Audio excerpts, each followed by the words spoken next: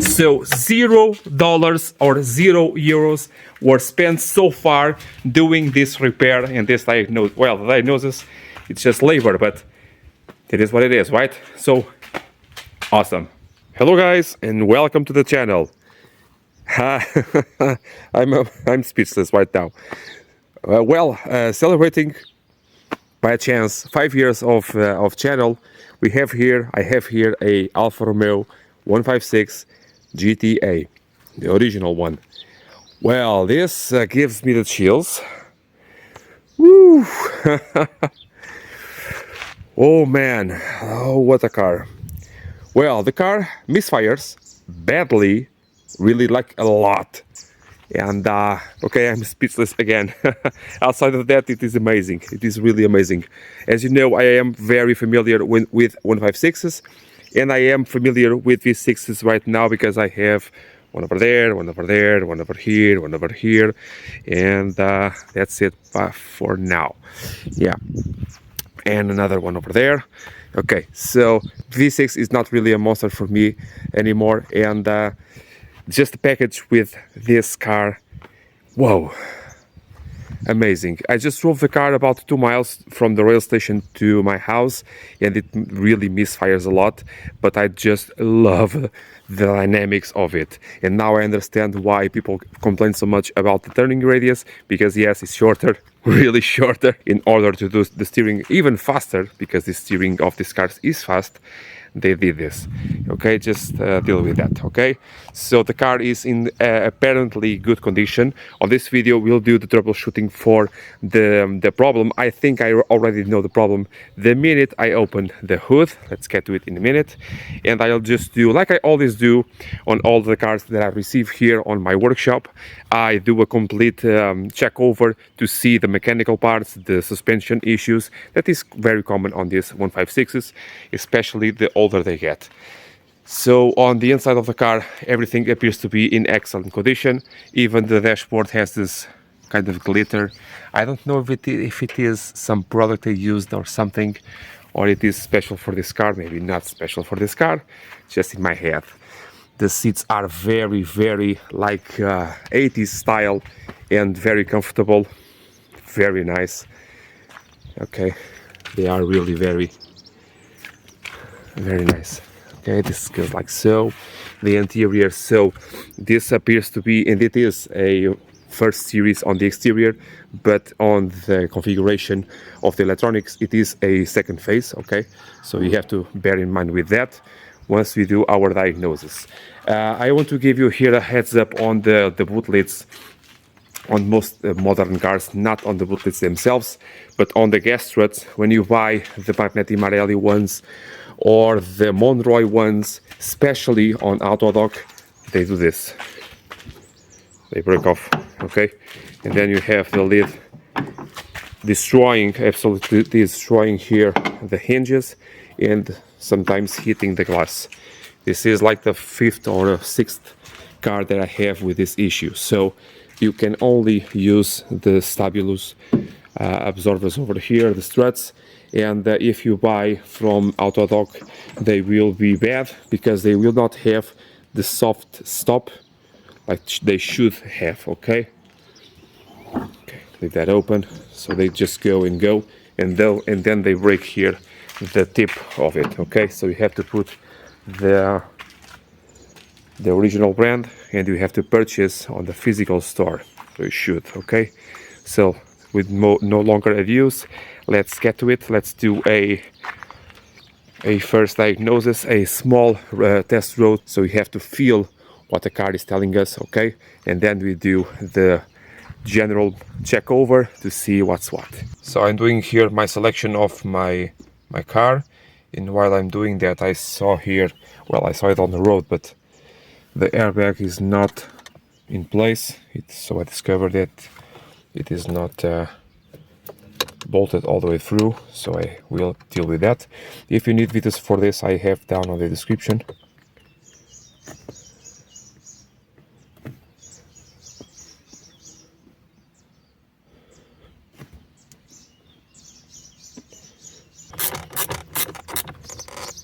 doing here auto scan. If you need videos for this, for how to connect your machine, everything about the Autel machine, I have a playlist down on the description that you can see for that. And meanwhile, while it is doing the auto scan, I will do here this tightening of the airbag and horn assembly. It is completely... Oh yes, it is.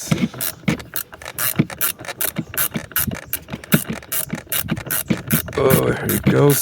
It was completely off. Yes, yes, I know.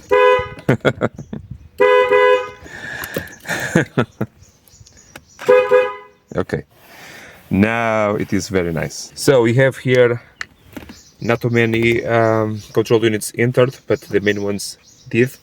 So airbag, ABS and injection. So over here, as you know, you can see here the information about the ECU. That is just the date code of the software number and all of that. We have read codes, erase codes, live data and active testing. Okay, so over here we want to see the codes. Okay, then I want to erase them all because I want to see what is the first one that appears. Okay, the intention of the erasing is not to solve anything, it's just to reset the system so I can see which one is the first fault code.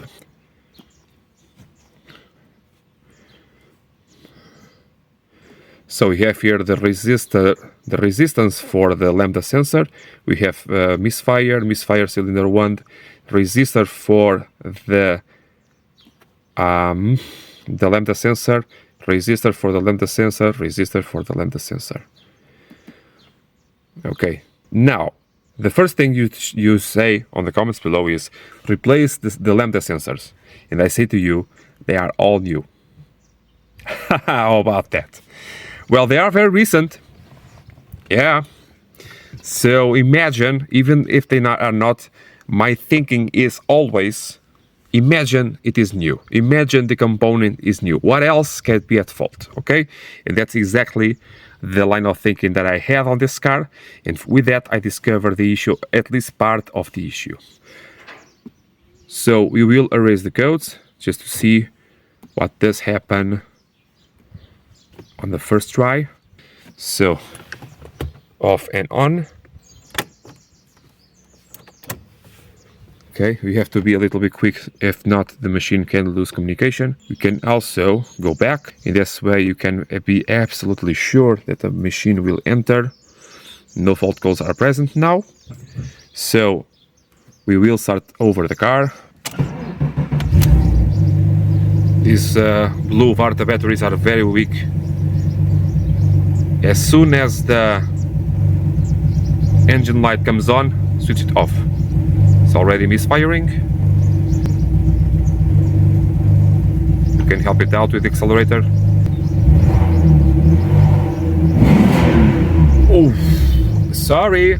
Just it is light as a feather, this pedal. So it appears not to. Probably I have to do something because let's just shut it up. As I fiddled with the problem yesterday, probably I modified the issue. So, okay, even though we have no engine control light yet, we already have here 2 fault codes.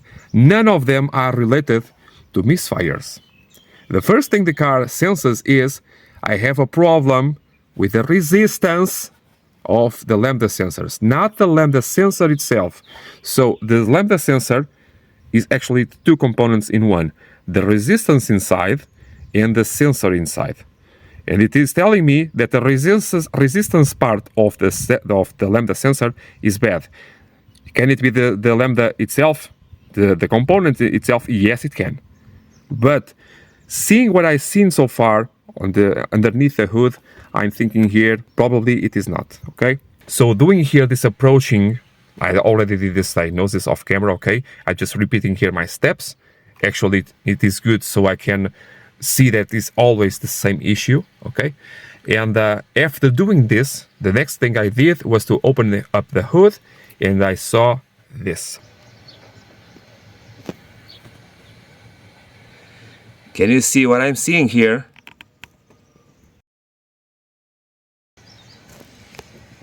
So, I don't know how much time ago, this car went to another workshop. As you can understand, by the age of the car, it went through a lot of workshops. But one in particular, here in Portugal, the guy likes to take out the thermic shield of the exhaust system. He says it's just prettier that way. Well, it certainly can be on the twin sparks. Seeing here, he does that a lot on the twin sparks. Seeing the headers coming out of the engine, probably yes. For me, it is not, but I am not to discuss the tastes of people and of and work of another workshop. I'm just here to fix issues, okay? And my thing over here is, because of the lack of the thermic shield, of the heat shield over there on the exhaust, the wiring leading to the lambda sensors is burned, at least quite a bit.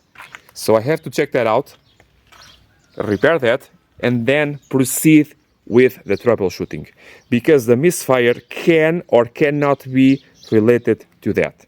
As you can see over here on top, I was already checking over if everything was okay with the connectors, because sometimes just a bad connector can do that issue.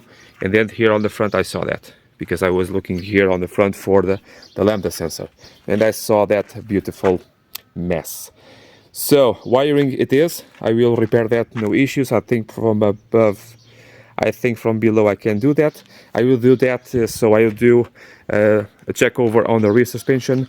156s with age, after 20 years, start to develop some place here on the transversal bars and some place on the links, and not much else. And I like to start from the rear of the car and then raise up the front, and as I do the general overview, I will do the repair of the wires and then put the car on the ground again and hit the road, okay? So if you need videos for that, for suspension, I have a ton of videos down in the description. I have a playlist for suspension issues. I have a lot of videos for evaluating, repairing, and whatnot, okay? Also a lot of information on the description of those and these videos too, okay? I think you are getting my point of view here. I know I have at least one fault. That is, the wiring over there is not good, and I have to search for a heat shield for that. And for now, while I do not have it, I will do a longer pathway, so the wires are not so close of the exhaust. They will be closer to the radiator, but what can I do, right? And let's go, okay?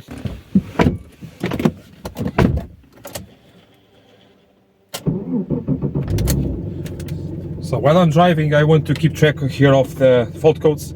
As they develop, I want to see them appear. Already seen that eventually it will give a misfire on cylinder 1 that is opposed to the other bank. So probably I do have another problem with the misfire. Some spark plug, a coil, something. But the customer told me that everything is relatively new on that. So again, we have to check over. About the misfire, can I have a compression issue? I can. But as you will see on the road, it only misfires at low range. And then up there, it goes like crazy, okay? But if we are getting to the spark plugs, because the rear ones are a real pain, yeah, we will do a compression check for sure. So my holding thing is falling apart again. Okay, so as I was saying earlier, 4 lambda sensors may seem a little bit complicated. It really is not. So you have 2 banks, you have 2 heads, right? So on one of the heads you have the first lambda sensor before the catalytic converter, and you have the second one after the catalytic converter. On the other head, you have the same thing, thus having 4 lambda sensors. That is that easy, okay? So the way that you see the values is also the same. Before the lambda sensor, you have to have a mixture, a constant wave of rich port, rich port, rich port. We call it rich and port in Portuguese probably is lean and rich. Yes, lean, rich, lean, rich, lean, rich. And after the catalytic, we have to have always lean. Yeah, yeah. Okay. On the how many heads you may have, how many cylinders you may have. That's how it works. Okay. If we did not have this issue with the wiring being okay, if we did not have this issue with the wiring being mangled up, that was the next step to be done. So to turn up here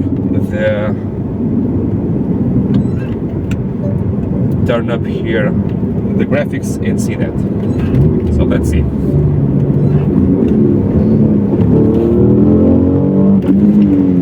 Very hard cut.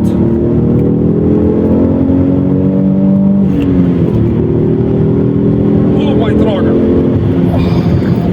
Whoa, that's a lot. Hey, nossa! What? Whoa! What a trip! So we have. Are you there? Kind of. Okay, so we have a very hard cut that reminds me of RPM sensor or the wiring leading to it.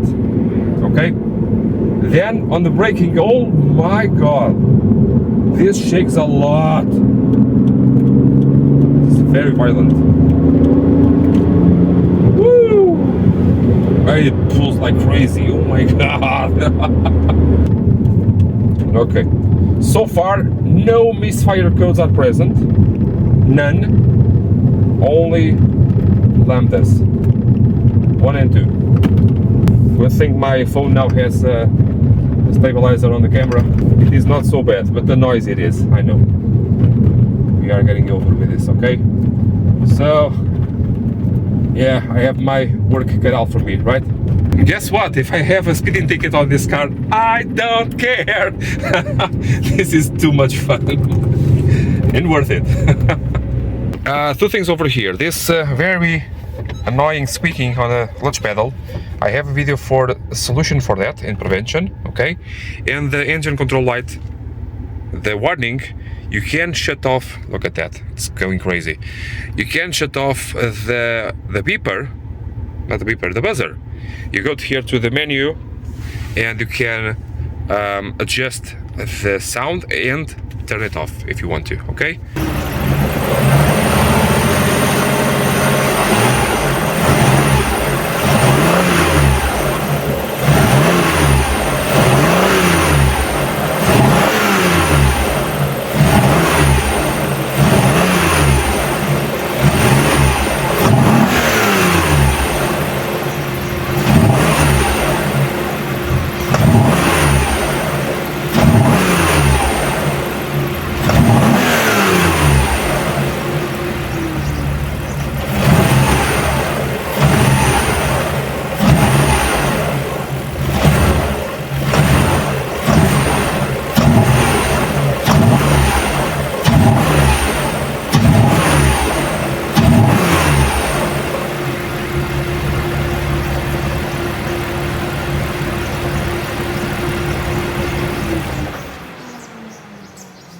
Five years at GTA. Once the channel reaches 10 years, maybe a Julie Quadrifoglio. Maybe. So starting here with the basics. It is good and tight. The transversal bars on this side are good. The bump stop and the boot are not here. That is not good. So being not here, it will rub here, will travel a little bit more up and it will rub here. So that is not good. I do not like Michelin tires. I do not like at all Michelin tires. The Pilot Sport are a little bit better, okay? but still they will break on the inside. It's already broken. So it will do a noise resembling a bad wheel bearing. This new tire is already broken. No Michelins on Alfa Romeos, please, okay? Only hard carcass tires.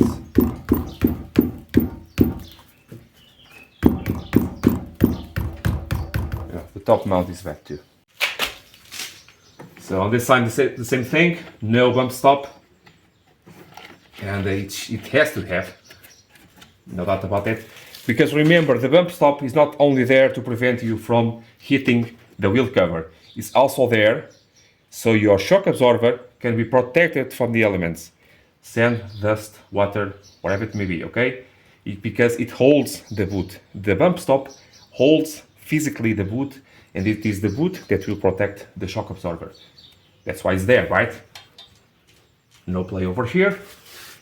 And the tire on this side is not that broken. So brake pads is good, rotors is good, but it does vibrate a lot. Over here on this strip, last time I checked, from factory on the sedan version, from factory, this is still available. So get running to it, okay? This one is not so bad. Just has a kink over here or some rust bubbling up. I have videos for replacing this. It is down in the description if you want to know, okay? Front and back. So here on the bottom of the car, we have, I can hear a issue with the exhaust. Probably it is this clamp over here. The handbrake cables are starting something to be rusty over there. That is quite typical, okay? Not at all an issue right now. Probably over there, starting to shrink. No, it seems like it. If you start to see that your handbrake handle is very stiff, it's time to replace your handbrake cables.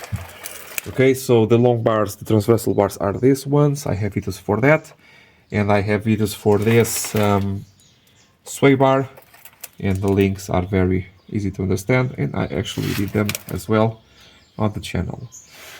So repeat that on the other side of the car. Here on the exhaust, I believe these bushings, these rubbers, the hangers are not the desired ones. People normally use them with the thing that is this string over here is to reinforce them. It is not. It's just here to prevent, if it breaks, to have something, not to fall off onto the ground. They are not higher duty. They are not very much for here, okay? They have to be the recommended ones, okay? For this side of the car, the same thing. Everything seems to be quite normal. I just have to see the possible play on the sway bar, on the links, and the other plays are already checked over.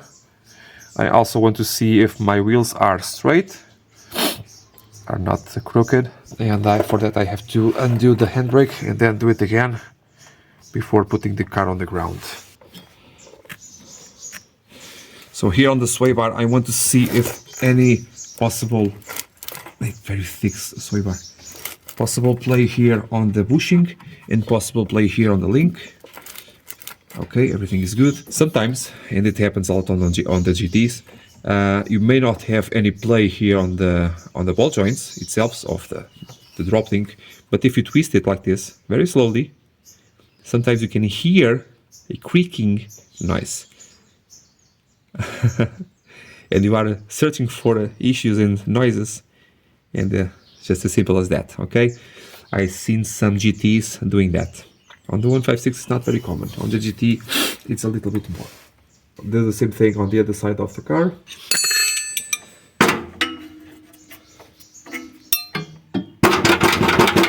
Well, this can be annoying. I have a nut over there that is loose. Yeah.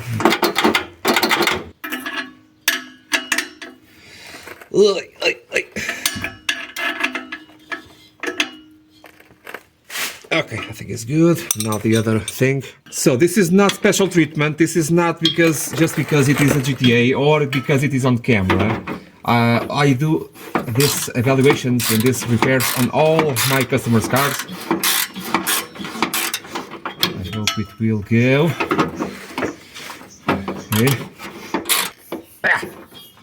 I like all Alfa Romeos, not just the special ones. Everyone is special, just like having more than one child. I just have one, but I imagine so. Okay, so this is nice. This is good. Good and tight. Yeah. Sometimes you have to kink it left and right so it does not rattle, like I did on 159 on the brake shield, on the brake heat shield.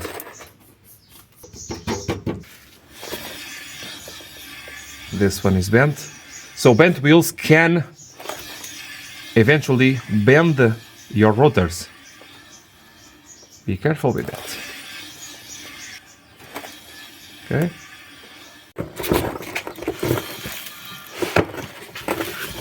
Whoa, this is very bad. Here.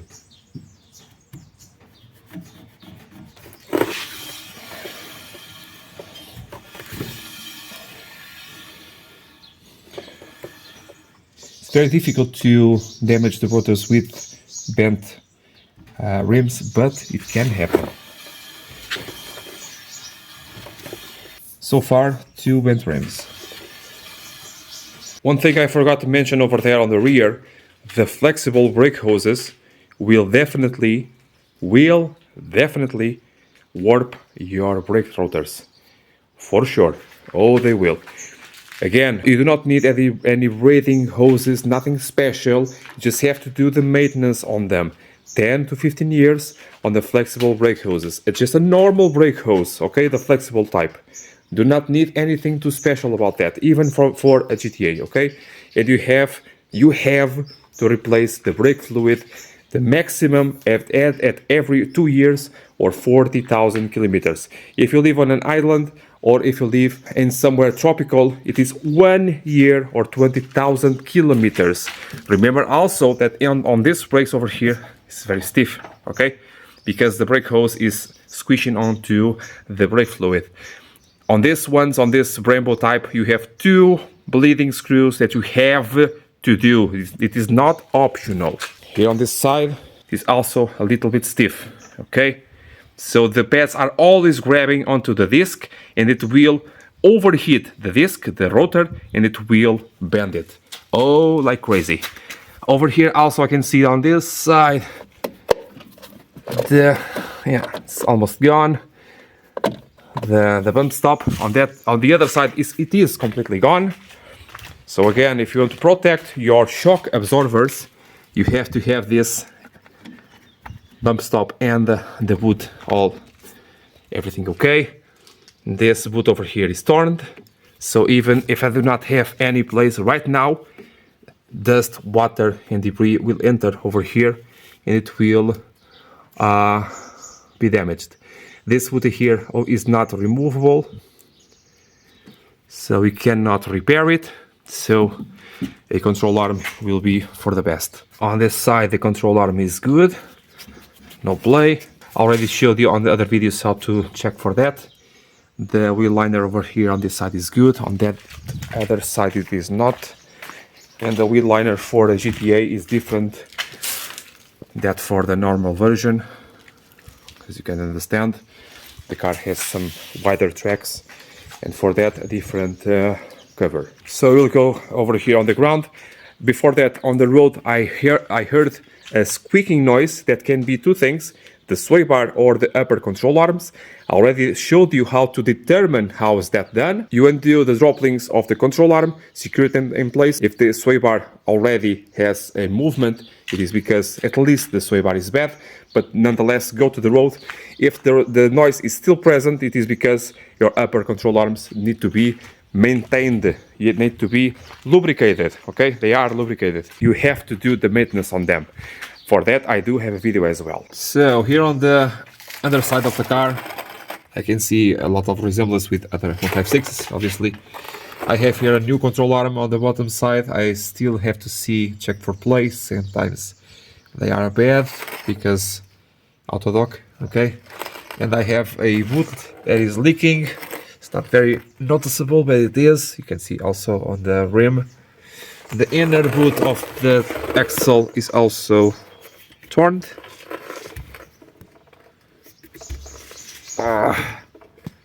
In several places. And that exterior one, which is it? Where is it? Over there. Normally that happens because the boots are not correctly assembled. Okay, several oil leaks all over the place. A lot actually. Normally this happens on the valve covers, the valve cover gaskets. We have our affected, at least this area of the wiring is affected. It goes directly to this lambda sensor, which appears to be recent. So we have to repair that, see where that goes and follow that. I have something over here that I do not like. Well, I like the sound of it, but I do not like where it is pulling the air. Straight at the bottom, straight to a puddle. Oh well. The radiator itself does not seem to have any leaks.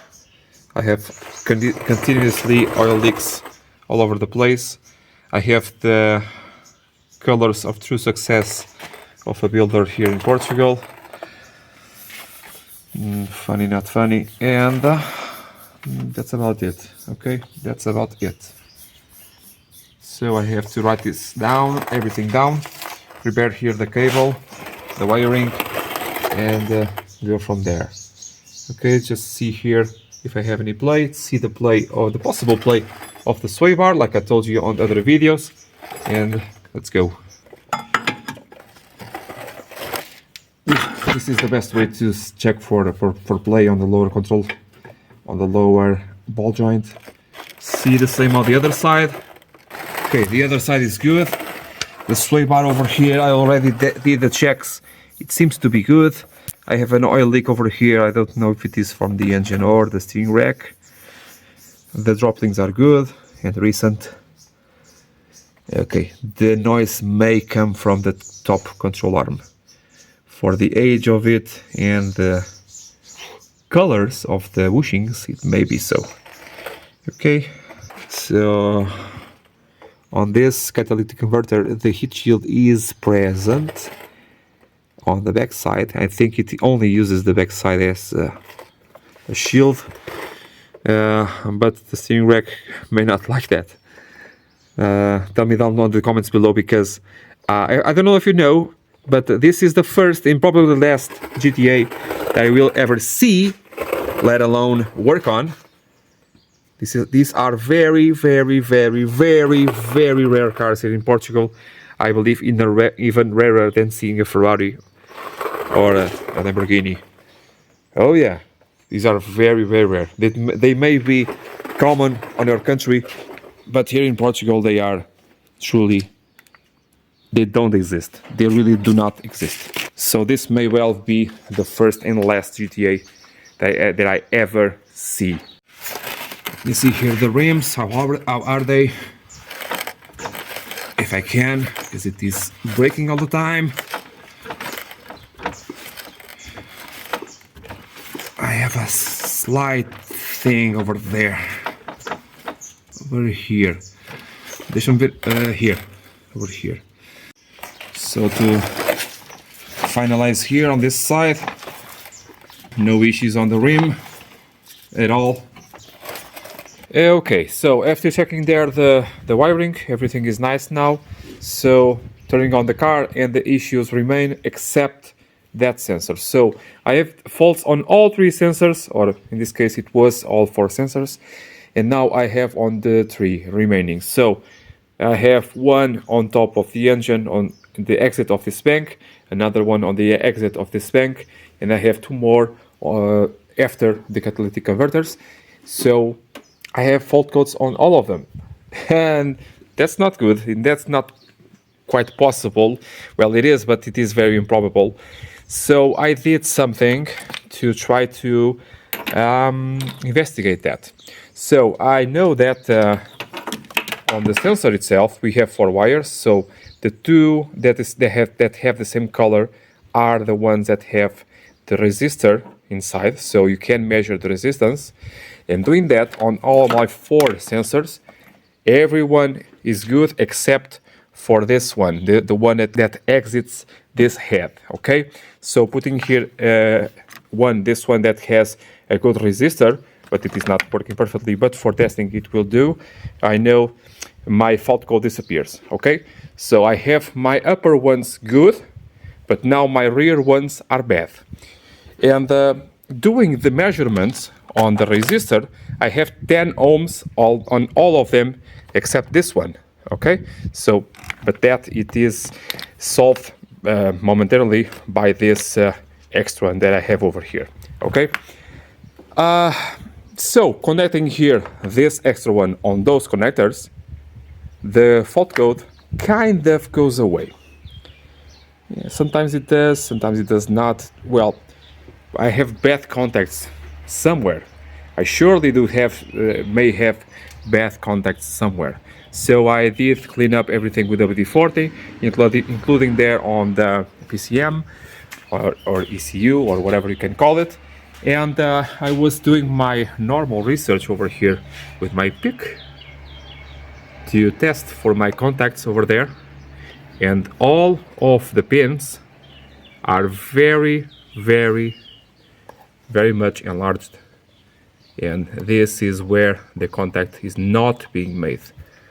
So the resistor of the O2 sensors actually serves a second purpose on the management side of things, to see if the loop is there. If you have a bad contact, the loop is not there. Okay, another thing. Sometimes, or most of the times, when you have bad resistors on the O2 sensors, normally that does not lead you to misfires. And that starts to make sense, because if you have a problem like I have on this one, guaranteed on the resistor, I still have my sensor part of the O2 sensor working. Okay, it simply does not work well when the car is cold. In hot conditions, that does not matter at all. Okay, it's just it's a little bit idle. Okay, so it was being a little bit of a mess on my head why it was happening, and I can finally give you a partial solution.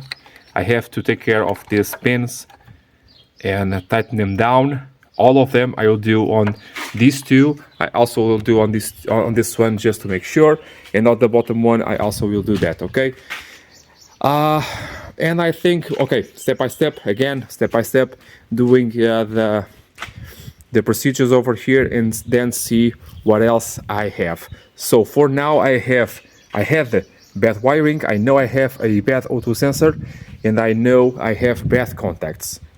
Okay, I don't believe I need 2 more O2 sensors for the rear of the exhaust. Okay, let's go. If you do not have this part over here, this clip, you can try with the thing itself and try to feel how it is doing. It is very loose, very loose. So sometimes this happens when you have your tips of the multimeter and you try to force them through the clip. That is not good at all. Okay, so don't do that. I will try now to adjust the clip with something here on the belly of it. A small screwdriver. It will be for the best. Don't overdo it, okay? It's much better. Let's see on the thing itself. Do only 1 wire at a time, so you do not lose track of the position of them. Try not to damage your fingers.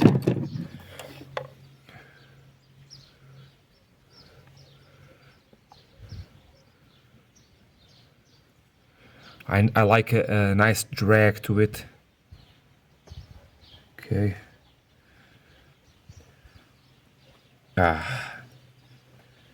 So now you just have to repeat the process to all of the wires. So 3 more to go on this one, 4 more on that one, and also on the other connectors. I'm here on the middle of it, and I have this one over here. I don't know if I can save it even. I believe something was here. This is completely out. I'll try. If not, I have to clip on a new one or an old one and do some welding over here, some soldering. I'll try, okay? So I think I got it, at least it appears so.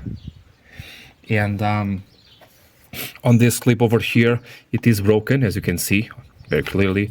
What I will do is to put a zip tie all around those thin ones, those very small ones, to try to do better, okay, for the vibrations.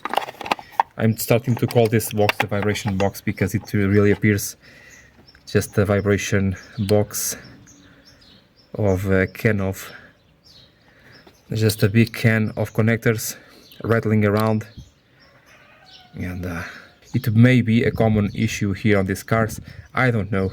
Like I said, this is my first and probably last GTA ever, but it is just like any other car. So let's carry on. So I could save it. Do not forget the seal. Now the seal goes like so. It is a little bit swollen. Let's see what I can do. Do not forget your locking tabs.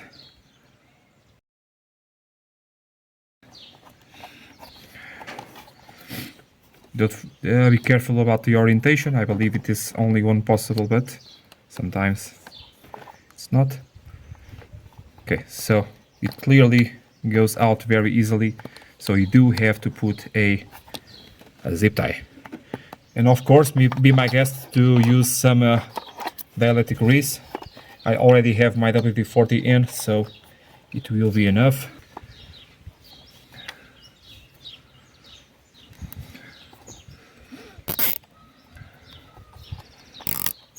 This will prevent not only, I will also do it on this one, on the black one, not only from coming out, right, but also the vibrations that will open up the terminals. And that is not good. So everything is connected. I did a bunch of zip ties on both of the connectors and to each other. Next, I'm thinking here of a bit of foam. This is glue over here. If the customer wants to, he can glue this in over here. I will just leave it so, okay, and shut it like this, so it prevents here some vibrations. I hope. Good, it was not. If it will solve or not, let's see, okay?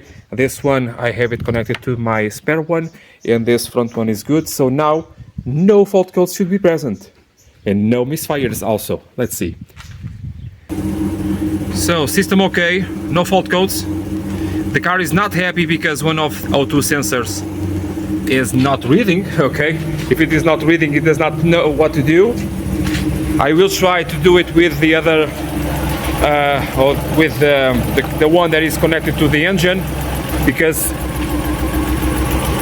I should have only the issue with the resistor, not the probe itself, not the sensor itself. But good news, no fault codes are present, which means that the issue was really with the poor connections and the bad wiring. So $0 or €0 were spent so far doing this repair and this diagnosis. Well, the diagnosis, it's just labor, but it is what it is, right? So awesome. Already did all of the connectors, all of the pins, and I have that bad O2 sensor over there. but it is still connected. Let's see if and how it is the behavior of the engine.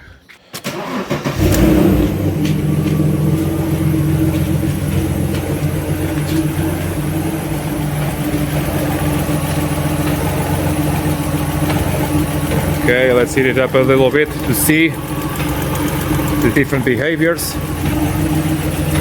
Let's see, I should have one fault code. Should be P0135. Yeah, P0135. Okay, now that I know that is not good. Okay, so this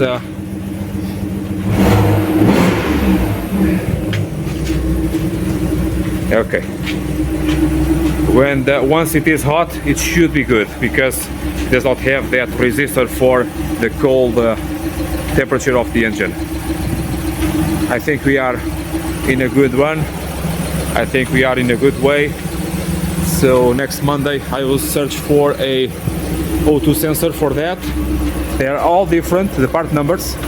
Already seen that on Air, and it should be enough for repairing the car.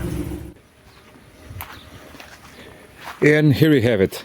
The car runs perfectly with a new oxygen sensor on the first bank, on the left bank of the engine. Just beautiful. Now the second stage is to verify that issue where the car loses, it has that very harsh stumble, and the ECU seems to resets itself or reinitiates itself, and I send the ECU to the specialist to be verified, and they verified that it is in fact bad. Okay.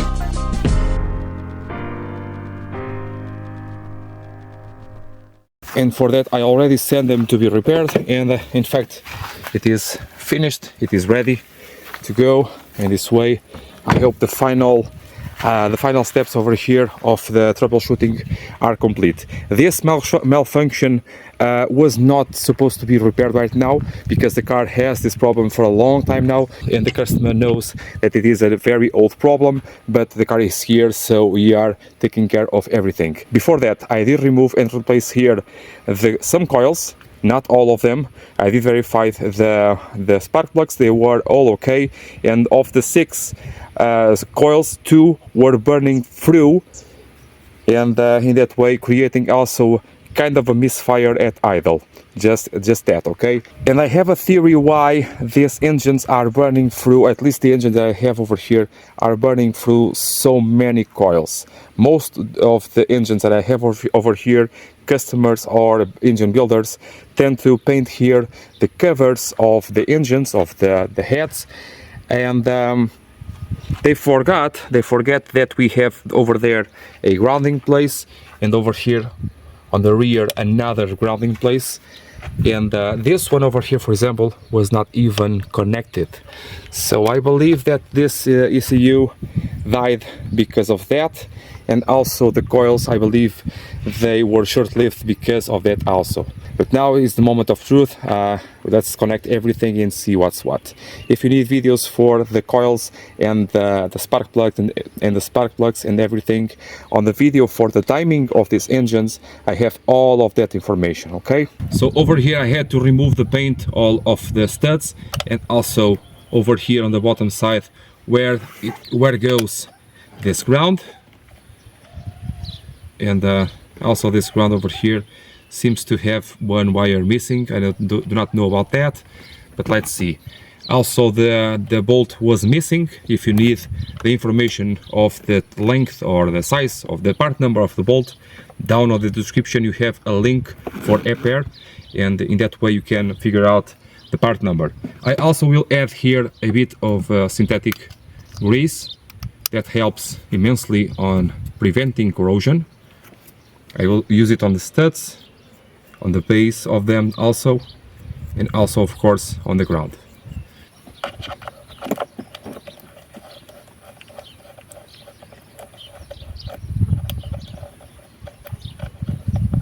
My theory is that the lack of grounding does not remove the static, and in that way creating here big problems. Now this bolt is too long, I have to find out a shorter one.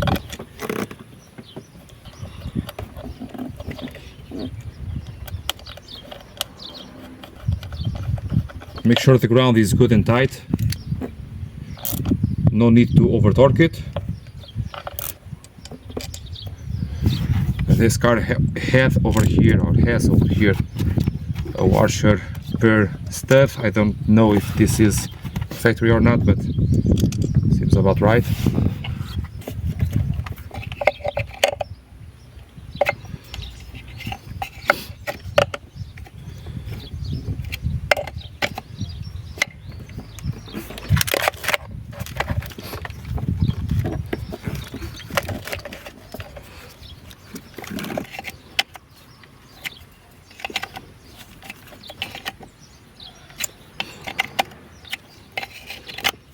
So I believe there is no way to put it in the wrong position.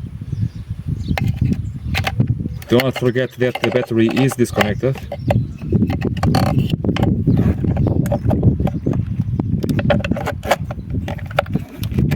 This is not the first time that this control unit was repaired.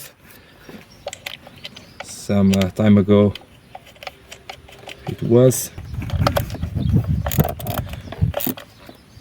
I believe it's not the last time this ECU goes bad, because the position of it is not very good. A lot of vibrations, a lot of heat, and yeah, on top of that, bad grounds, not good.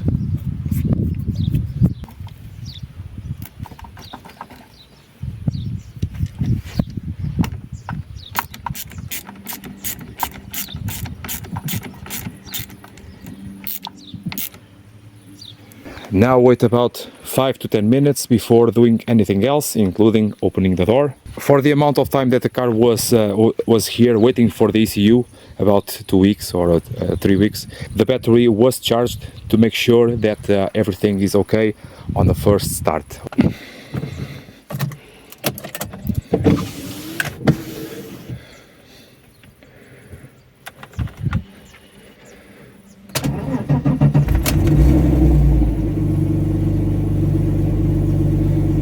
Let it warm up a bit and see what's what.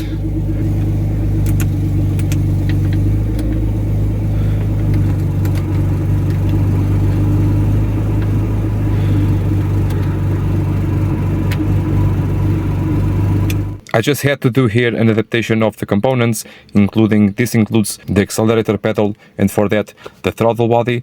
In that way the fault codes went away and did not appear again. So I have now the accelerator responding quite happily. I just have a slight misfire. This thing of using used coil plugs is not that great. Okay, so if you want to know more about my channel, down on the description I have links for other videos, other areas of the car, and also I have links for helps for the channel if you are able to do so. I see you on the next time, guys. Bye.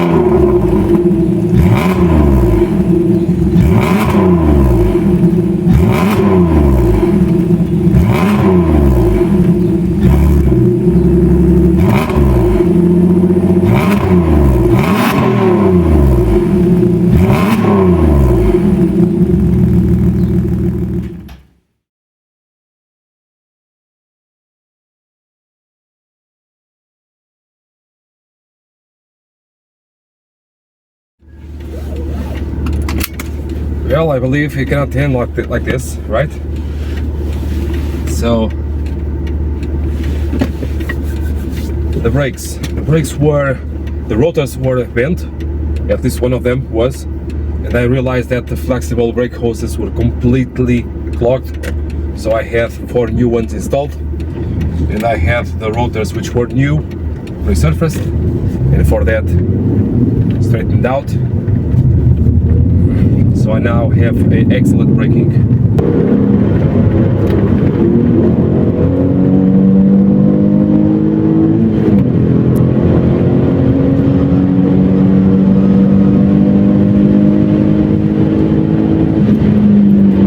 No hard cuts this time.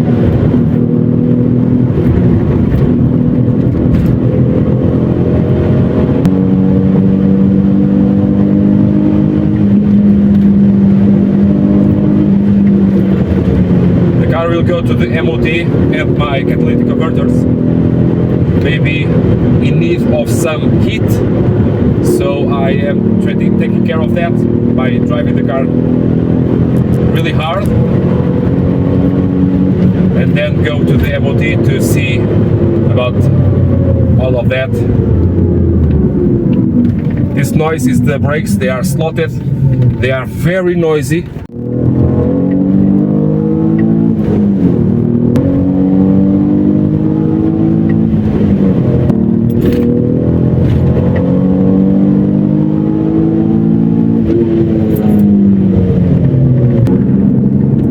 Also did all 4 bump stops and hoods on the shock absorbers. For that I have videos down on the description.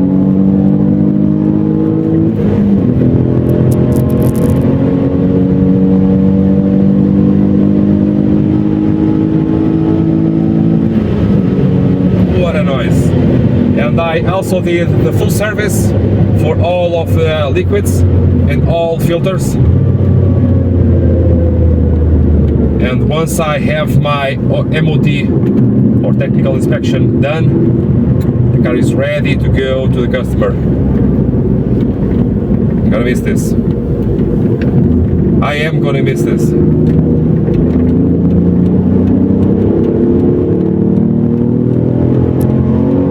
Come on.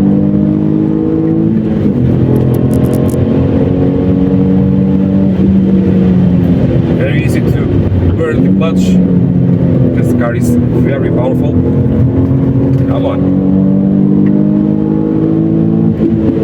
You have to commit on the corners, if not the car can slip. This is not very good. A lot of cars, okay?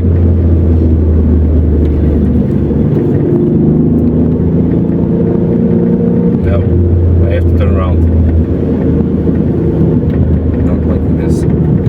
At all.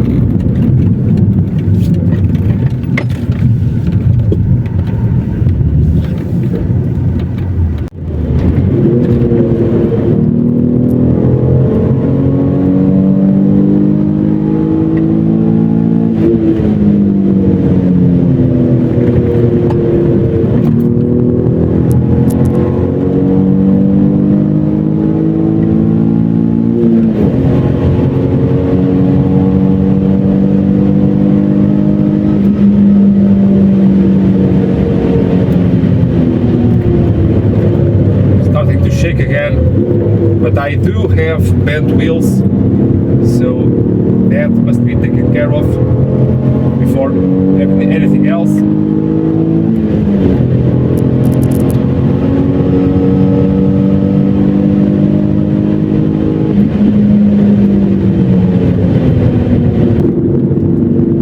The wheel hubs were measured, and they do not show up any deformity. But when the heat is applied, that may change, so also that can be an issue. But firstly, you have to have good wheels, good hubs, good brake rotors, the fluid always on check, and the flexible brake hoses at every 10 years. Okay? Don't discard that.